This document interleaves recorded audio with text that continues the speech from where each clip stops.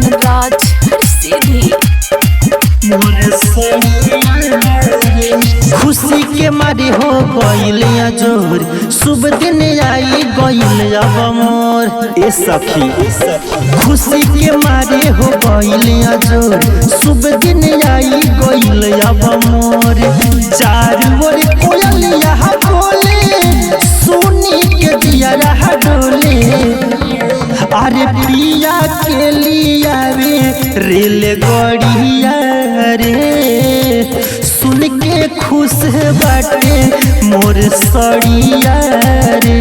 हाँ पिया के लिया रेल गड़िया रे, सुन के खुश बाटे मोर सड़िया रे।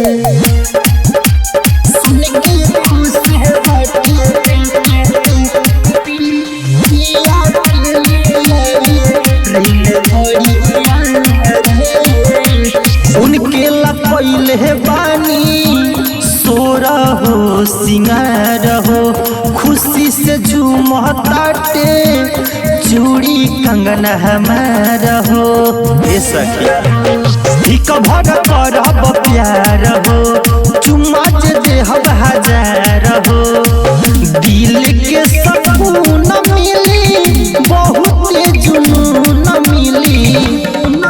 अरे हमारा बड़े बड़ी बढ़िया रे, सुन के खुश बाटे मोर सड़िया रे। हाँ पिया के लिया रेल गड़िया रे, सुन के खुश बाटे मोर सड़िया रे।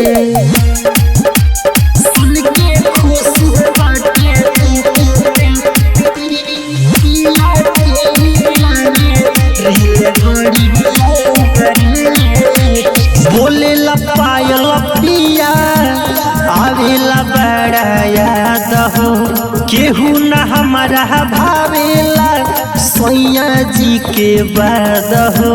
ये सखी गमछा बिछाई के भुइए हो, उहे जवानी मोर छुइए हो।